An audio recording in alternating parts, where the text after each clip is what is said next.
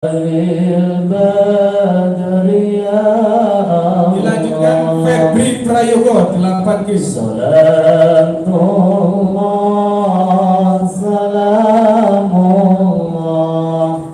ala Al-Jifa 7H. Rasulillah salatullah salamullah ala yasin habibillah Sila 7G. Sri Wahyuni 7G.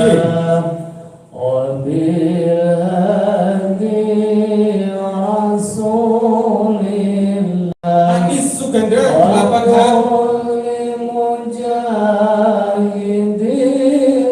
Juwita 9C. Anak Dio 9A. Salatullah salamullah ala taha Demikian pemberian santunan kepada Ananda yang sudah hadir. Mungkin ada beberapa yang masih tidak hadir.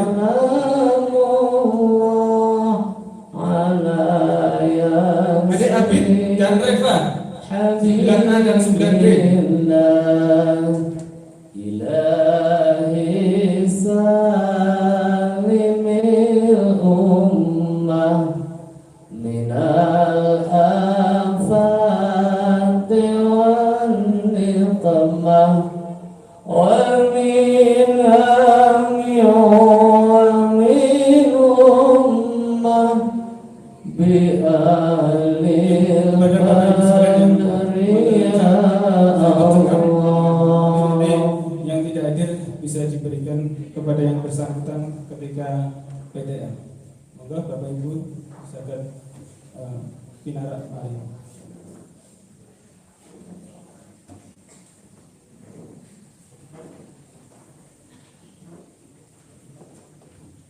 Bapak Ibu sekalian yang saya hormati dan anak-anakku yang kami banggakan, yang kita nantikan hikmah peringatan Maulid Nabi Muhammad SAW pada kesempatan yang berbahagia ini akan disampaikan Bapak Al-Ustadz Muhammad Ihsan ya, SPD.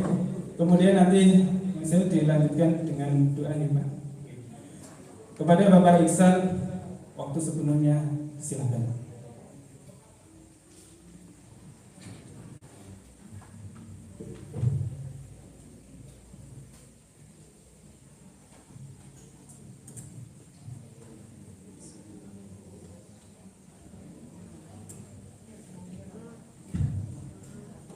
Assalamualaikum warahmatullahi wabarakatuh.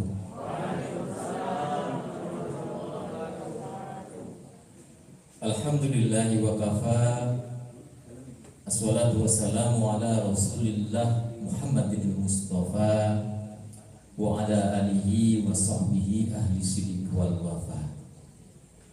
Asyhadu an la ilaha illallah wahdahu la syarikalah wa ashhadu anna Muhammadan abduhu wa rasuluhu la nabiyya ba'da.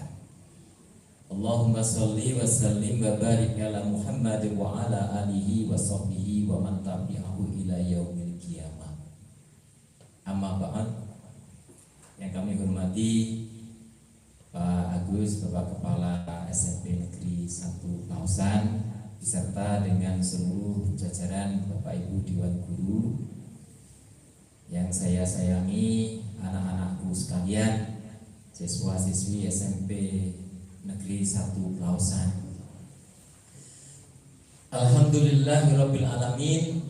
Mari puji syukur senantiasa kita panjatkan kehadirat Allah Subhanahu wa taala, tidak pernah berhenti, tidak pernah bosan. Sebagaimana Allah pun juga tidak pernah berhenti dan tidak pernah bosan memberikan anugerah nikmat kepada kita yang amat sangat banyak. Yang manakala kita ini mau menghitung, Allah sudah memperingatkan, wa in ta'uddu nikmatallahi la tuhsuha. Kalau kamu ingin menghitung berapa banyaknya nikmat Allah yang sudah diberikan kepada kamu, la tuhsuha, maka kamu tidak akan mampu. Menghitung saja tidak bisa, apalagi kalau kita ini mau membalas, jelas itu tidak bisa. Maka Allah Maha Bijaksana, cukup kita dengan bersyukur Bapak Ibu, anak-anak sekalian, cukup dengan bersyukur. Allah sudah janjikan, la in syakartum la azidannakum. Sungguh jikalau engkau mau bersyukur, maka akan aku tambah nikmatku. Makanya Bapak Ibu kalau sekarang punya nikmat, kalau nikmatnya pengen ditambah, banyak-banyak bersyukur. Anak-anak banyak bersyukur, ya. Disyukuri, jangan mengeluh. Semoga dengan bersyukur itu Bapak Ibu Allah ridho dan betul-betul Allah makin tambah nikmat yang diberikan kepada kita semuanya. Yang kedua, salawat dan salam tetaplah tercurah kepada uswah hasanah kita, suri tauladan kita, Sayyidi Muhammad. Salawat salam hanya kepadamu, jelas ku butuh cintamu, butuh syafaatmu, Sayyidi Muhammad, Habibi Muhammad. Lagu nawabu udah langsung apa? Langsung apa lagi lagu nawabu, langsung apa lagi? Itu bisa yang guru mau nanya cari apa aja? Ya saya. Ishfa lana ya Nabi, ya Habibal qalbi, hanyalah engkaulah harapan kami. Ishfa lana ya Nabi, ya Habibal qalbi, hanya engkau panutan kami. Pun ngertas tau, terusannya belum gitu. Udah, diganti kok saat ini sholat bareng-bareng, oke? Diganti nanti sholat bareng kok. Rabbi ya Rabbi salli ala Muhammad, Rabbi ya Rabbi salli alaihi wa sallim, ya Rabbi salli ala Muhammad, ya Rabbi salli alaihi wa sallim, Rabbi ya Rabbi salli ala Muhammad, Rabbi ya Rabbi salli alaihi wa sallim, ya Rabbi salli ala Muhammad, ya Rabbi salli alaihi wa sallim. Luwih penak nggih Bu nggih. Luwih penak pundi Robbi ya Robbi napa budal mamat. Bapak Ibu sekalian yang dirahmati Allah, alhamdulillah pada hari ini kita berinisiatif, kita beritikaf untuk memperingati hari kelahiran baginda Nabi Muhammad SAW. Setidaknya ini merupakan salah satu ciri kita ingin menjadi umatnya Rasulullah. Kita ingin menjadi bagian dari umatnya Rasulullah. Bapak Ibu sekalian, kalau kita itu memperhatikan, setiap kali orang yang mau pidato itu tidak lepas dia selalu gini, salawat dan salam senantiasa tercurah kepada baginda Nabi Muhammad SAW, yang kita berharap syafaatnya kelak di yaumil kiamat. Ada kata-kata kita berharap mendapat syafaat. Kenapa Bapak Ibu? Karena ada satu hari yang nanti tidak akan ada artinya apa-apa. Saat sekarang kita punya rumah megah Pak Bu, di hari itu nanti tidak ada artinya. Saat ini kita punya mobil mewah, saat itu tidak ada artinya. Saat ini mungkin kita ini punya jabatan, kita mungkin punya cantik rupawan, punya wajah cantik rupawan, yang saat itu nanti tidak ada artinya apa-apa. Bahkan keluarga kita yang besar, yang kita banggakan, anak-anak kita, saudara-saudara kita, saat itu pun tidak bisa kita mintai pertolongan. Bahkan dia pun juga kesulitan. Dan disitulah Bapak Ibu nanti akan ada satu pertolongan dari Allah, itu yaitu syafaat yang itu bisa kita dapatkan melalui baginda Nabi Muhammad SAW. Makanya kita selalu berharap syafaat dari Rasulullah. Nah pertanyaannya, kira-kira yang dapat syafaat itu apakah kita semua pasti dapat syafaat? Nah, kita berharap syafaat, semua berharap syafaat. Tapi siapa nanti yang akan mendapatkan syafaat? Yakni mereka yang menjadi bagian dari umatnya Rasulullah.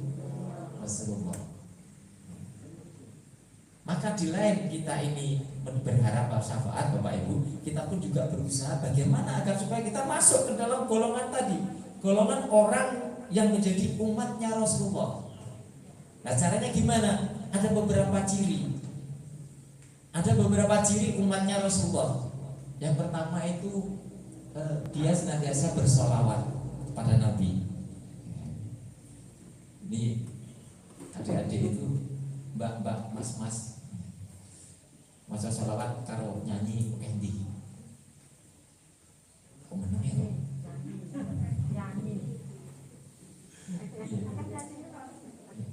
Padahal di dalam solawat itu juga ada kenikmatan kalau kita nyanyi. Coba lagu-lagunya Nisa Sakban ya, Bang. Nisa Sabjan nggak Sakban ya kayak bulan ya. Nisa Sabjan itu kan enak juga kan, enak daripada yang loro hati tadi dalam tutuilah daripada itu kan enak ya. Ya Asyikal Mustafa, enak kan? Pertama, sholawat. Kenapa? Karena orang yang mau baca sholawat itu menandakan dia cinta kepada baginda Nabi Muhammad SAW. Bukan itu saja. Allah berfirman di dalam Al-Quran, Innallaha wa malaikatahu yusholluna 'alan nabi. Sesungguhnya Allah dan para malaikat itu bersolawat kepada Nabi, dalam arti memberi penghormatan kepada Nabi. Maka Allah perintahkan, ya ayyuhalladzina amanu shollu alaihi wasallimu taslima. Wahai orang-orang yang beriman, bersolawatlah kamu atas Nabi dengan sholawat yang sebenar-benarnya, yang sesungguhnya. Maka ciri yang pertama itu Bapak Ibu. Nah terus kapan kita mau baca sholawatnya? Apa nunggu nanti maulid? Ya, yang maulid baca sholawat? Enggak. Jadikan sholawat ini sebagai kebiasaan setiap hari Bapak Ibu. Insya Allah dengan membaca sholawat, hati ini akan menjadi tenteram. Kalau tidak percaya, saya tadi sempat sempat ini ketika Pak Mutakin tadi membacakan sholawat fajar. Untuk spring gitu. Maka ketika menjadi susah, Pak Bu, Bapak Ibu, saya yakin nggak ada susahnya ya Pak. Nggak ada susahnya. Ketika kita ada rasa gelisah, ada rasa khawatir, cobalah senandungkan sholawat. Monggo, senandungkan sholawat, renung-renung, didengarkan sendiri dan dirasakan. Di situ nanti ada kenikmatan Pak Bu. Setidaknya nanti akan terobati. Setelah hati tentram, pikiran menjadi tenang, terurai nanti masalah kita apa. Ini juga salah satu, sebenarnya kalau dalam materi pelatihan saya ada salah satu terapinya seperti itu Pak. Monggo. Nah, makanya kita sering-seringlah kita baca sholawat dan tidak usah menunggu bulan maulid, nggak usah peringatan, nggak usah menunggu maulid Nabi sewaktu-waktu. Dan bahkan Bapak Ibu sekalian, secara tidak langsung ketika kita ini sholat 5 waktu, maka kita pun pasti membaca sholawat. Di tasyahud itu kan, di tasyahud mesti baca sholawat. Nah, makanya kalau kita ini salah satu ciri kita ini umatnya Rasulullah itu yang menjaga sholat yang 5 waktu. Bapak Ibu yakin sudah, anak-anak ini, Mas, Mbak, sholatnya tertib ya? Tertib apa sih bolong-bolong? Sholatnya tertib apa arang-arang? Kalau sholat ki wis arang lho dadak diarang meneh. Lho iya kan sholat ki arang-arang to wisan. Kalau subuh ya isu, dhuwur kok ya awan. Asar ya rotok sore, kan wis arang-arang. Sik diarangnya meneh. Mas, Mbak, saya sering menangani anak-anak yang ini Pak Bu. Maaf, ini banyak kasus yang dari daerah sini Pak Bu. Itu anak yang nikah dini, nikah di bawah usia 19 tahun. Kebetulan saya juga tergabung di tim P2T, P2A ya. Itu kami suruh misi, biasanya mereka mau nikah itu kan minta rekomendasi. Itu kami berikan kuesioner dan salah satu yang pertanyaan itu apa yang dikhawatirkan? Apa yang dikhawatirkan dari masing-masing calon suami itu khawatirnya gimana? Calon istri khawatirnya bagaimana? Jawabannya itu kayak rata-rata itu takut ditinggalkan, takut diselingkuhi. Ini sederhana, nasi yang penjenengan makan setiap hari itu coba. Sampai sekarang itu loh. Nasi itu kita masih berharap Allah menumbuhkan dari buminya. Kita nggak bikin toh. Kita nggak bikin. Coba syukuri itu saja sudah. Belum lagi maaf, belum lagi udara yang kita hirup ini Allah berikan tepat waktu loh. Ya Mas yo. Mau menghirup kan selalu ada ya udara ya. Kemarin Bapak Ibu, Mbak Mas, waktu corona sedang sedang tinggi-tingginya kasus itu ya. Itu sampai oksigen itu gentanan Pak. Jadi sini sih gentanan kono. Kenapa? Langka oksigen ketika itu. Mereka yang diberi penyakit itu kesulitan untuk bernafas sampai diwenehi corona mana? Alhamdulillah tidak mengalami kesulitan toh. Bahkan kalau sekarang mau menghirup double boleh toh. Loh, maksudnya kan gini, kalau misalnya normal kan gini kan. Mumpung gratis double. Boleh kan? Boleh. Dan itu Allah berikan tepat waktu, gratis lagi. Coba bayangkan, seandainya Allah itu bikin perhitungan Pak Bu, bikin perhitungan kayak PLN, kayak PDAM. Seandainya tiap 1 meter kubik udara yang kita hirup itu Allah cuma ngasih tarif Rp1.000 misalnya. Sehari semalam itu kita menghirup udara berapa banyak Pak Bu? Nah ini ada satu penelitian dari ilmu kesehatan itu, ya.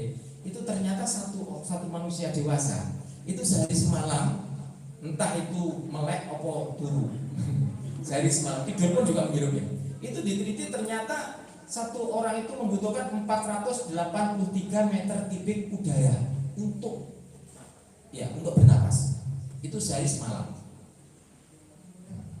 Seandainya Allah tadi pasang tarif 1 meter kubik itu 1.000, maka kita harus bayar 483.000 sehari semalam untuk satu orang. Penjelasan anggota keluarganya pinten Pak Bu? 5, berarti hampir 2 juta. Ya, 1 juta itu hanya untuk udara. Satu hari. Nah, kira-kira kalau kita gajinya sudah cukup, gajinya cukup berapa hari Pak?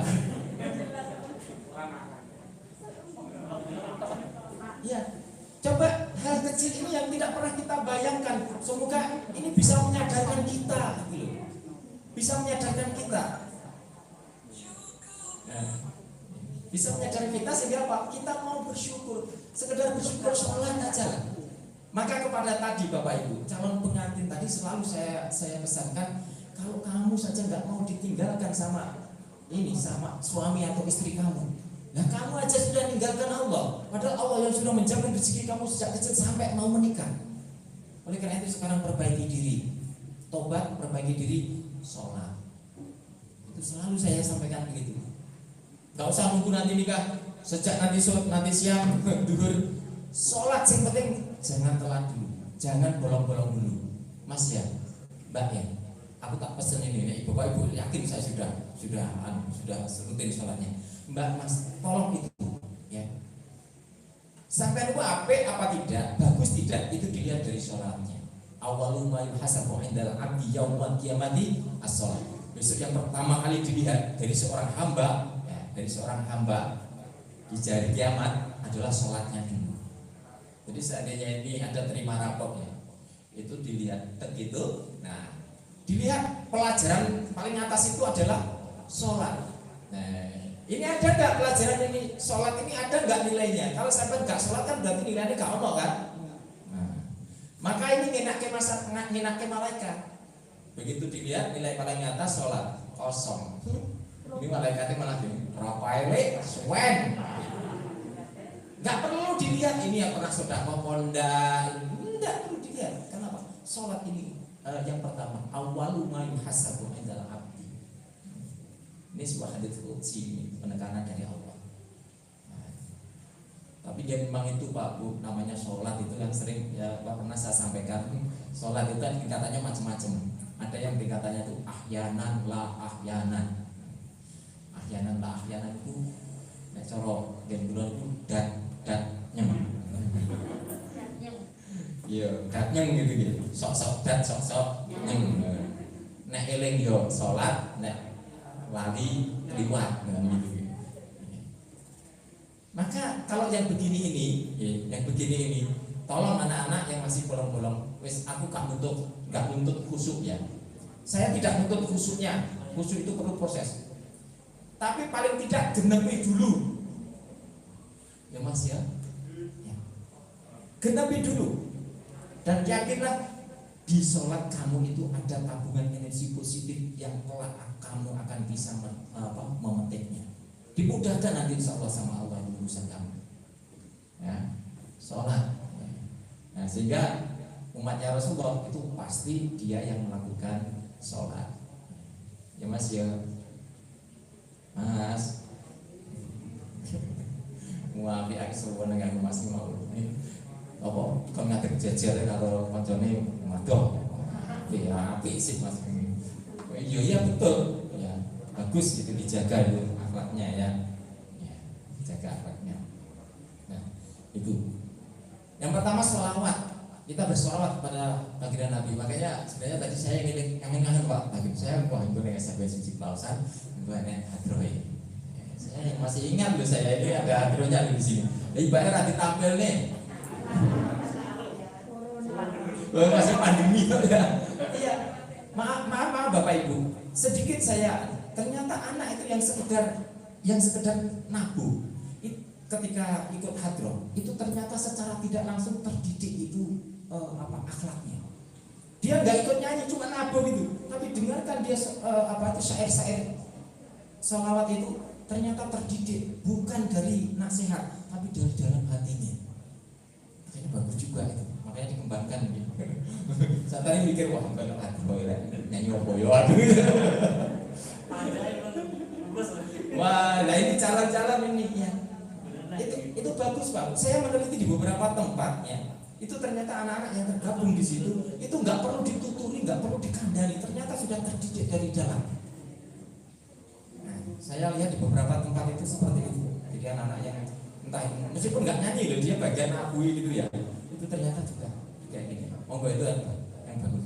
Kemudian yang kedua, ciri umat Rasulullah yang nanti akan mendapat syafaat itu yang siapa? Yang bagaimana? Yang dia ittiba. Dia mengikuti sunnah Rasulullah di dalam kehidupannya. Apa itu? Baik itu perkataan Rasulullah, terus kemudian yang dilakukan Rasulullah, atau sesuatu yang tidak dikatakan dan tidak dilakukan tapi diizinkan oleh Rasulullah. Ada Bapak Ibu. Jadi ada sesuatu yang tidak dikatakan Rasulullah, tidak dilakukan Rasulullah tapi itu diizinkan. Nah itu boleh ya. Itu termasuk sunnah. Banyak sekali Bapak Ibu, kalau kita mengikuti sunnah Rasulullah, insya Allah akhlak kita akan menjadi baik. Akhlak kita akan menjadi baik, karena sesungguhnya ya Rasulullah berkata begini, innama bu'istu li utammima makarimal akhlak. Sesungguhnya aku ini diutus untuk menyempurnakan akhlak manusia. Kalau kita ini mengikuti akhlak Rasulullah, insya Allah kita ini menjadi manusia yang sempurna, manusia yang paripurna. Begini kita ya angel gitu, mungkin, angel. Tapi kita berusaha, meskipun belum sempurna, kita perlu berusaha. Ikuti kata-kata Rasulullah. Jadi apa yang disunahkan oleh Rasulullah. Nah, salah satunya Rasulullah itu pernah berkata begini, "Man kana yu'minu billahi wal yawmil akhir falyakul khairan aw liyasmut."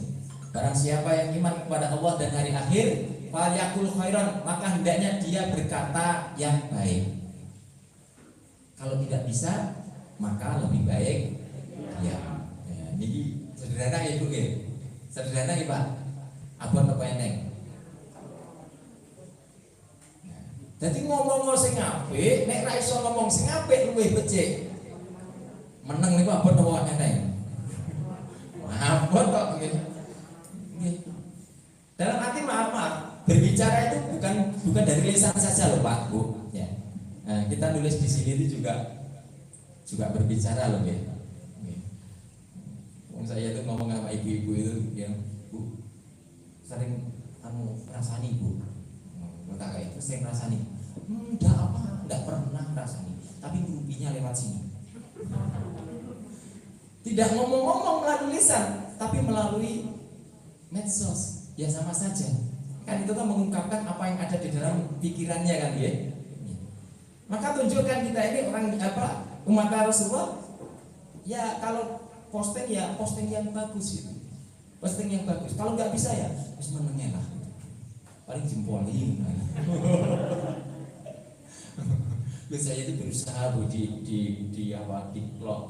grupnya teman-teman itu aku nih ngomongin ini aku gak komen. Lu malah mungkin komentar ini mbok yo komeno sithik-sithik untune nek sik urip malah ngono kuwi jane. Kok jane bener nek sik urip lho ngoten lho Pak. Moga lah bagus enggak apa-apa. Yang penting di sana jangan ada kebencian. Guyon ya boleh menghibur hati ya. Saya ada satu grup yang khusus untuk guyon. Pokoknya di sini khusus guyon. Nah, meskipun saya ini jarang kiai dan ustaz saya enggak pernah ceramah di situ Pak. Pokoknya guyon gitu. Benar-benar saya posting ceramah itu malah diguyu gitu. Guyon untuk menghibur hati. Tapi jangan menyakiti, jangan nopo niku ada kebencian, terus jangan menghardik, jangan membuli dan sebagainya. Ya. Jadi berkata yang baik, berkata yang baik. Termasuk berkata yang baik itu berkata jujur. Di era media sosial saat sekarang ini Bapak Ibu, banyak sekali berita-berita hoax yang kadang-kadang maaf, ini pun juga mengatasnamakan dakwah, mengatasnamakan kontennya itu konten Islami tapi hoax. Yang kalau kita nggak ngerti itu bisa-bisa kita terjerumus Pak. Maaf, beberapa hari ini kan ada viral yang mau berangkat ke Madinah ikut Olimpiade Al-Quran yang internasional itu sampai di mana-mana grup itu bagus kan kelihatannya nih, minta doanya supaya menang di internasional kan gitu nih. Loh itu padahal itu hoax loh itu bukan ke Medina, itu ikut STQH di Maluku Utara. Kelihatannya kan kontennya konten Islami dong ya, tapi itu hoax. Inilah orang yang kadang-kadang mengatasnamakan itu konten Islam, tapi ternyata di situ ada kebohongan dan seperti inilah Bapak Ibu yang disebut dengan lebih baik diam. Padahal kini dibun melu nge-share ya Pak ya, melu nge-share. Wah ini bagus kita doakan, share lagi. Makin akhirnya viral. Nah orangnya sekarang di Maluku Utara, bukan ke Madinah.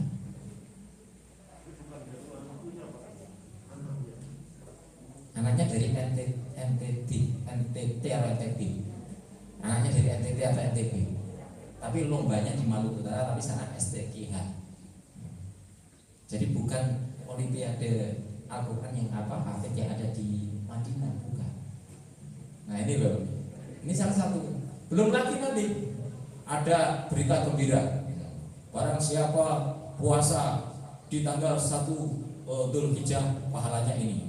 2 Dzulhijjah pada ini, terus sampai tanggal puasa tanggal 10 Dzulhijjah pahalanya ini. Padahal tanggal 10 Dzulhijjah itu nggak boleh puasa, tapi sing puasa ada pahalanya loh. Ini dasarnya dari mana? Kadang-kadang kita itu mudah sekali Pak belajar dari media sosial.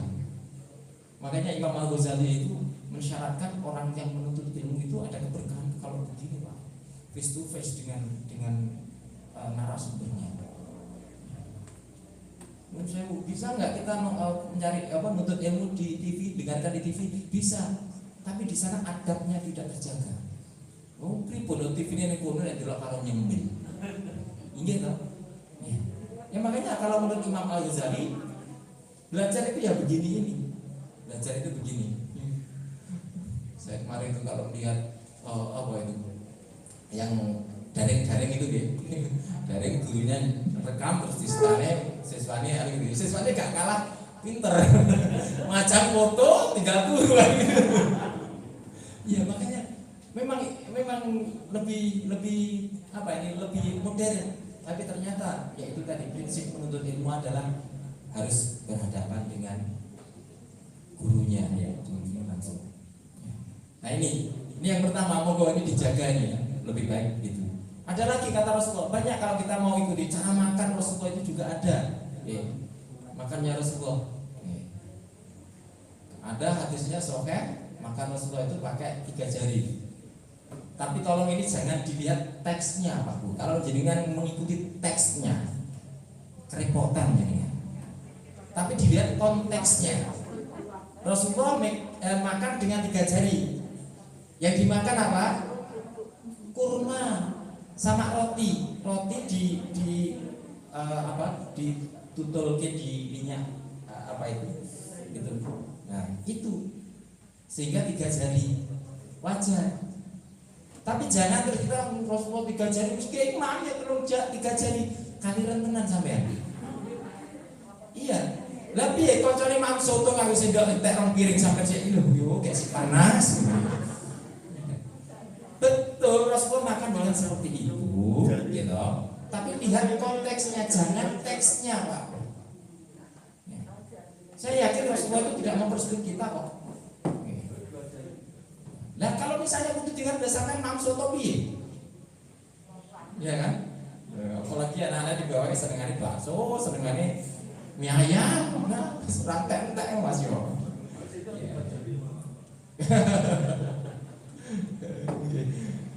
Jadi mempelajari dari sirah Rasulullah itu dari ininya, dari konteksnya Pak, konteksnya, jangan dari teksnya.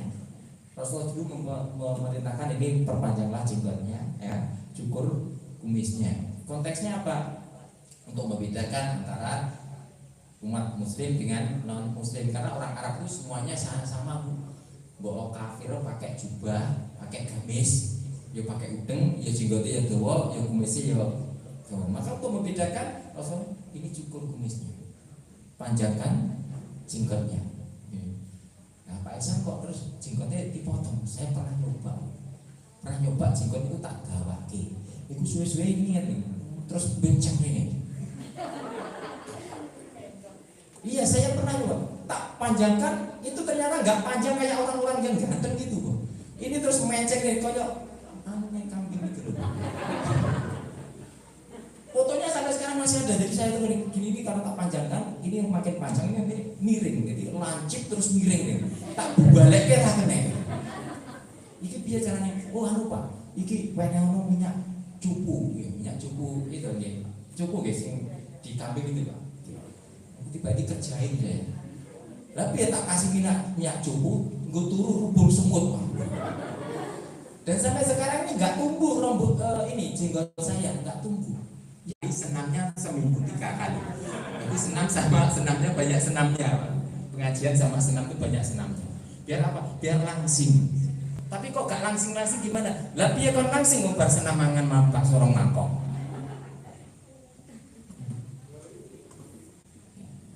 Baju yang sudah tidak dipakai itu juga termasuk harta kita yang rusak karena tidak dipakai.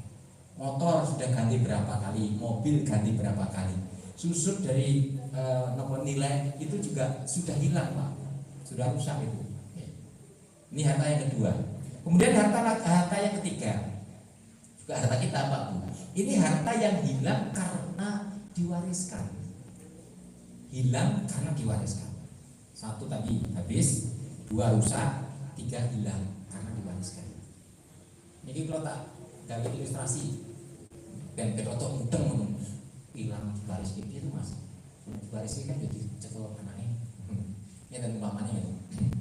Semuanya ada rumah besar Pak Bu, ya, Pak Mas, ya, ada rumah gede, tingkat, kamarnya banyak, ada 30. Wah, sugih ya. Seumpama itu rumah saya, halamannya luas. Rumahnya bagus, rumahnya tingkat, rumahnya indah, kamarnya banyak, gede kayak istana. Rumah saya, seandainya itu rumah saya. Ya. Nah, terus ada orang lewat, Bu, Mas, Mbak, kawan lewat. Tanya, Mbak, Mas, iki nek omah kok gede ngene iki? Iki omahe sapa? Sampeyan jawab, mantep jawabnya. Oh, niku kagungane Pak Iksan. Mantep Pak jawabnya ya. Halamannya luas, di halaman itu ada garasi, berjajar di garasi itu ada 7 mobil. Wong sugih kan bendino ganti mobil ya. Senin iki, Selasa iki gitu ya. Orang itu tanya, Mas, kakek iki mobil sampai uang nyaranya ada uang api, mobilnya sapa? Jenengan mantep menjawab. Niku nggih kagungane Iksan. Terus nang rumah niku rada ketok sini to. Wong, karangan wong ning sebelah kono ke enek kandang Brahman. Kira-kira nek satu sih ya enek. Satu sih enek. Umpama ora apa-apa to, umpama sak geleme to nggih. Umpama nggih. Wong mau takok orang tadi tanya, "Lah kae Mas, Brahman sakmono kek luwung-luwung sakmono ketek sapa?" Sampai mantep nek jawab. Niku nggih kagungane Iksan. Yes, jenengan dadi seksi jawabnya mantep. Bengi Pak Bu, Mbak Mas. Malam. Ora tilem, saya tidur di salah satu kamar. Salah satu kamar Pak Bu, itu kamarnya 30. Wong sugih iki nek turu ya ning sak kamar. Ora kok jam pindah kamar gitu. Malah repot tadi. Nih. Saya tidur di salah satu kamar yang di rumah saya, ada tamu tak diundang. Namanya Izrail. Ngomong kali Pak Iksan, gelem ora gelem, seneng ora seneng, siap ora siap, saiki uga ayo budal. Sesuk isuke teng masjid diumumke. Inna lillahi wa inna ilaihi rajiun. Sampun kabundut marak sowan dumateng ngarsa dalem Gusti Allah inggih menika elah. Rene pisane dongak. Pun di rumah kali sedherek muslim disucikan, dikafani, disolati, terus dimakamkan. Jam 09.00 isu rampung Pak. Sore nenek wong liwat. Ketemu ning jenenge takok, "Bu, kayak ana omah gede, apik. Kiki omahe sapa?" Jenengan apa sih jawab Pak Iksan? Dek wingi jenengan itu dadi seksi, jenengan jawabnya mantep, kuwi nggone Pak Iksan. Lan sewengi jenengan pun mboten jawab kagungane Pak Iksan. Pak Iksan sudah tidak punya hak, tidak punya kuasa apa-apa dari rumah yang besar itu. Nah, mobil ini kok kagungane sinten? Jenengan nggih pun mboten jawab kagungane Pak Iksan. Tidak punya hak, tidak punya kuasa, numpaki mawon lho ora iso. Lah kulo tumpaki jenengan rak mlayu. Gitu. Kemarin masih penjenengan jadi seksi. Jenengan seksi itu hartanya Pak Iksan. Setelah satu malam sudah bukan hartanya Pak Iksan. Itulah harta yang hilang karena diwariskan. Nah, yang keempat ini adalah harta yang hakiki, harta yang sesungguhnya. Yang ini kemanapun penjenengan dia akan ikut. Sekalipun penjenengan nanti sudah meninggal dunia dan kembali kepada Allah, harta ini ikut. Itulah harta yang hakiki. Jadi Pak Agus, ini Pak Agus Darme, kok saya Darme. Tapi mungkin Darme buatan derek Pak Agus mungkin sowan. Sing derek jenengan nanti sing jenengan tahu jenengan paringe kok. Itu tidak akan hilang Pak. Tidak akan rusak, tidak akan hilang, tidak akan habis. Maka kalau ditanya berapa banyaknya hartanya jenengan, ojo ngitung sing nang omah. Ojo ngitung sing nang rekening. Ibu nggih, Pak nggih. Jangan menghitung yang di rekening, jangan menghitung yang di rumah, jangan menghitung yang berupa aset. Berapa banyak harta kekayaan kita, hitung yang sudah kita infakkan di jalan Allah. Itulah nanti yang akan menemani kita. Maka kalau kita tahu ini Bapak Ibu, kita akan perhitungan. Ini yang saya pakai untuk di dunia. Saya punya gaji 5 juta. Yang saya pakai di dunia berapa? Yang saya pakai di dunia, yang saya pakai akhirat berapa? Sekurang-kurangnya 2,5%. 2,5% dari 5 juta itu berapa Bu? 125. Ini kadang-kadang wonge awal. Mereka sing didelok 100 ini kok kayak apa? Dia tidak melihat bahwa di sana masih ada 4.875. Loh, 4.875 enggak dilihat. Yang dilihat kehilangan duit 100. Itu padahal minimal. Nek penjenengan pengen yang menyertai penjenengan lebih banyak, kok 100 rawit ayo. Yang tak tambahi kalau 100. Itulah enggak akan hilang, Pak. Kalau penjenengan sisihkan dulu 300.000 ini untuk akhirat saya. Berarti kan sisanya 470 ya. 470 paling sasi ngarep mbuh cek kira-kira malah yang teh. Tapi yang 300.000 ini tidak akan habis sampai sana. Inilah sebenarnya Rasulullah itu mengajarkan supaya kita ini mendapatkan keuntungan ya di situ itu loh Bapak Ibu sekalian. Ya tadi Bapak Ibu sekalian gitu. Nah makanya umat Islam monggo kita keluarkan. Rasulullah mengajarkan seperti itu. Milane nek saged nek mengeluarkan infak itu jangan sisa Bu. Pak, jangan sisa. Karena Rasulullah gini, la yu'minu ahadukum hatta tunfiqu mimma tuhibbu. Tidak termasuk dalam orang yang beriman di antara kamu sekalian sebelum kamu menginfakkan barang yang paling dicintai. Oh, istrinya. Yang paling dicintai istrinya gitu. Makanya kalau kita sodako, jangan nunggu nanti yang 5 juta ini sisanya berapa baru disodakokan, bukan. Tapi sebelum digunakan keluarkan dulu, nggak apa-apa lah seminimal mungkin 125 ini keluarkan dulu, keluarkan dulu. Baru nanti lolos kita. Nah, insya Allah nanti berkah Pak, berkah.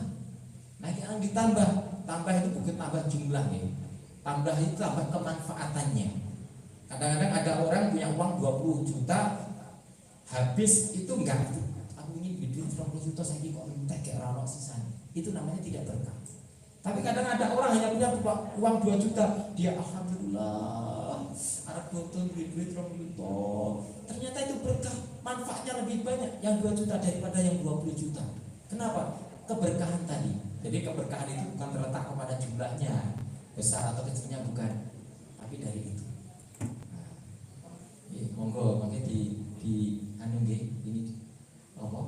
Ditumbuhkan semangat kita untuk sedekah. Berikan yang terbaik. Gitu. Nek mbak-mbak, mas-mas sing kono latihan Mas. Apa-apa? Latihan ya kamu punya uang berapa, uang sakunya berapa. Latihan sedikit-sedikit aja 2,5%, enggak sampai juga enggak apa-apa gitu. Karena 2,5% itu adalah batas untuk zakat. Nah, infak sedekah sebebas-bebasnya. Bebas-bebasnya. Nah, inilah Bapak Ibu sekalian yang dirahmati Allah, ittiba kepada Rasulullah, kita mengikuti apa yang dituntunkan oleh Rasulullah. Dan masih banyak ya, masih banyak dalam hal berpakaian ya. Semoga anak-anak ini yang perempuan itu pakai jilbabnya bukan cuma kalau ke sekolah aja ya. Pak ya. Untuk apa? Untuk menjaga kehormatan. Kemarin saya ditanya, Pak Ustadz, kenapa kalau wanita harus menutup semua auratnya? Nah, laki-laki auratnya wanita menutup semua tubuh kecuali telapak dan wajah. Nah, laki-laki apa enak? Mau kolornya bisa nutup. Di atasnya pusar sampai bawahnya lutut. Kok gak adil? Gak adil. Ya. Beda, jadi tinjauannya teknis panjang kalau diterangkan Bapak Ibu. Tapi saya jawab begini, Mbak, kebetulan anak SMA, Mbak, seandainya sampean punya perhiasan emas ini, ada dua cara untuk menyimpannya. Yang pertama, emas itu direntengi, masih wakaian gitu. kalung, gelang, cincin, direwentengi, habis itu digandulke di emper. Biar apa? Biar orang-orang tahu kalau saya punya perhiasan emas. Nyimpannya di situ, siang malam di situ. Satu lagi, perhiasan itu dimasukkan di dalam kotak yang indah itu biasanya warnanya merah. Kemudian kotak yang itu dimasukkan lagi kepada kotak yang dari kayu. Kemudian itu dikunci. Kotak yang dari kayu tadi dimasukkan di dalam almari. Terus almarinya dikunci. Almarinya itu disimpan di dalam kamar. Kamarnya juga dikunci. Kemudian kamar itu ada di dalam rumah. Rumahnya juga dikunci. Rumah itu ada pagarnya. Pagarnya juga dikunci. Ini cara menyimpan yang kedua. Kira-kira kamu pilih mana untuk menyimpan perhiasan tadi? Pilih yang digandulke, apa pilih yang disimpan rapat tadi? Disimpan rapat tadi? Kenapa disimpan rapat? Biar tidak kecolong. Biar tidak dicuri orang. Kenapa biar tidak dicuri orang? Rugi. Karena ini berharga. Karena ini berharga, disimpan dengan cara seperti itu. Kalau tidak berharga, ya mungkin tidak sampai seperti itu. Maka kenapa muslimah itu disuruh menutup auratnya? Karena muslimah itu berharga. Jadi mbak, kalau sampai itu menghargai diri sampean, ya tutupan. Dan yang sampean buka berarti sampean nggak menghargai diri sendiri. Mata nih mbak, mbak, mau nengek mau. Padahal neng omah, neng kono neng jopo kono padahal tujuan rame. Monggo, masih banyak. Kemudian Bapak Ibu, yang ketiga, ciri yang ketiga, umatnya Rasulullah itu seperti apa? Yang ketiga, dia berinteraksi dengan Al-Quran. Insya Allah ini tadi saya sempat, saya itu gembeng Pak. Saya itu ini tadi dibacakan surat An-Naba, saya umurai sini dia mau nangis Allah, belum betul. Karena ngarep jenengan nyaman kabeh Allah. Amma yatasaalun. Wah, nanti wajah itu hati. Interaksi dengan Al-Quran. Umatnya Rasulullah berinteraksi dengan Al-Quran. Berinteraksi itu apa saja? Pertama, membacanya. Selalu membaca. Makanya saya selalu pesan kepada anak-anak, jaga diri kalian, lindungi diri kalian. Buat perisai dalam diri kalian apa? Minimal 1 hari membaca 1 ayat. Ya, tadi sama saya juara qiraat tadi, Mbak Mas, tiap hari dibaca enggak? Ya, tolong baca 1 ayat saja setiap hari, tapi rutin ya, tapi rutin. Itu minimal. Syukur nanti kalau jenengan tambahin di Microsoft enak yang ditambahin. Tapi setidaknya rutin setiap hari baca 1 ayat. Insya Allah jenengan akan terbentengi nanti. Terbentengi. Nah, ini ojo terus berarti jadi ini Pak Isan sehari 1 ayat. Berarti nek seminggu 7 ayat. Nah, saya kira mau 7 ayat. Bukan itu, bukan jumlahnya, ya. Tapi rutinnya setiap hari. Insya Allah nanti akan terjaga. Yakin Pak. Nah, ini pertama membacanya. Nah, yang belum bisa baca, ya belajar, belajar. Kemudian yang kedua apa? Mengerti artinya. Mengerti artinya. Sekarang banyak terjemahan. Terus kemudian memahaminya. Apa ini maksudnya? Dipahami Al-Quran itu. Terus kemudian yang selanjutnya adalah diamalkan. Diamalkan. Maka kalau kita bisa berinteraksi dengan Al-Quran seperti itu, itulah umatnya Rasulullah. Dalam sebuah hadis, Aisyah mengatakan, karena Rasulullah SAW khuluqul Quran. Adalah Rasulullah SAW, akhlaknya adalah Al-Quran. Maka umatnya Rasulullah senantiasa berinteraksi dengan Al-Quran. Maka Rasulullah itu menyampaikan begini, bacalah Al-Quran, sungguh di hari kiamat akan menjadi syafaat bagi orang yang membacanya. Al-Quran itu akan menjadi syafaat bagi orang yang membacanya. Maka dengan wasilah Al-Quran itu nanti kita juga bisa mendapatkan syafaat. Itu yang ketiga. Kemudian yang keempat, Bapak Ibu, ciri umat Rasulullah itu bagaimana dia mempelajari sirah Nabi. Jadi mempelajari sirah Nabi bukan cuma didengarkan ceritanya saja. Nah ceritanya kan bisa apa toh Rasulullah. Jadi banyak lagu-lagu yang Rasulullah itu anak bapaknya namanya Abdullah, ibunya Siti Aminah, dilahirkan di Mekah dan sebagainya. Itu kan sejarahnya. Tapi banyak lagi kisah-kisah Rasulullah dan itu diambil ibrah, diambil pelajarannya. Dari sinilah Bapak Ibu kita pun akan terbentuk kualitas diri kita untuk mencontoh Rasulullah Sallallahu Alaihi Wasallam. Nah, monggo ya, di peringatan Maulid ini menjadi pemicu bagi kita, pemantik bagi kita untuk kembali bagaimana kita ini meneladani Rasulullah Sallallahu Alaihi Wasallam. Hidup kita insya Allah di dunia ini juga akan menjadi berkah. Nanti di akhirat kita pun juga akan mendapatkan syafaat. Semoga amanten Bapak Ibu ya. Al-Fatihah.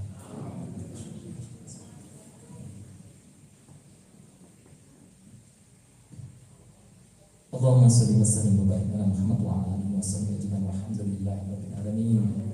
Hamdan yu'ti ni'amahu wa mazidah. Ya Rabbana lakal hamdu kama yanbaghi li jalali wajhikal karim wa 'azimi sultanik. Allahumma ighfir lana dhunubana wa li walidayna wa li abaina wa ummahatina wa ajdadina wa jaddatina wa li jami'il muslimina wal muslimat wal mu'minina wal mu'minat ahya'i wal amwat. Allahumma inna nas'aluka salamatan fid din wa afiyatan fil jasad wa ziyadatan fil 'ilm wa barakatan fil rizqi wa tawbatan qabla al-maut wa rahmatan 'inda al-maut wa maghfiratan ba'da al-maut. Allahumma hawwin 'alaina fi syakaratil maut wa najatan minan nar wa afatan hisab. Rabbana hab lana min azwajina wa dhurriyyatina qurrata a'yun waj'alna lil muttaqina imama. Allahumma arina al-haqqa haqqan warzuqna ittiba'ah wa arina al-batila batilan warzuqna ijtinabah. Rabbana zalamna anfusana wa illam taghfir lana wa tarhamna lanakunanna minal khasirin. Rabbana atina fid dunya hasanah wa fil akhirati hasanah wa qina adzabannar. Subhana rabbika rabbil izzati amma yasifun wa salamun alal mursalin walhamdulillahi rabbil alamin. Sebelum saya akhiri sedikit, saya teringat kata Umar bin Khattab. Umar bin Khattab itu memberi pesan begini: man kasuro kalamuhu fakasuro khotoahu, wa man kasuro khotoahu fakasuro dunubahu, wa man kasuro dunubahu kanati finnar. Ini bukan kata Rasulullah tapi kata Umar bin Khattab. Barang siapa yang banyak omongnya, maka dia akan banyak kesalahannya. Barang siapa sapa wonge akeh kesalahane moko bakal akeh dosane. Sing sapa wonge akeh dosane moko panggonane ning neraka. Kene iki wae sing ngapkan mong kula.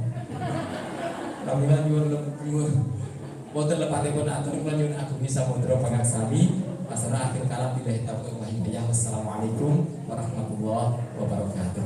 Waalaikumsalam warahmatullahi wabarakatuh.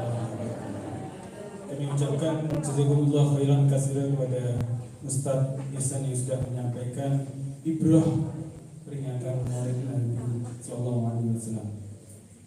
Tiba di penghujung acara pada kesempatan kali ini adalah kita tutup peringatan Maulid Nabi Muhammad sallallahu alaihi wasallam dengan membaca doa penutup majelis. Subhanaka Allahumma wa bihamdika asyhadu an la ilaha illa anta astaghfiruka wa atubu ilaik. Dari saya selaku pembawa acara, apabila ada hal-hal yang kurang berkenan mohon dimaafkan. Akhirul kalam, assalamualaikum warahmatullahi wabarakatuh. Untuk anak-anak silakan duduk di sini aja. Untuk bapak guru boleh ke ruang guru untuk konsumsinya. Mohon maaf ya.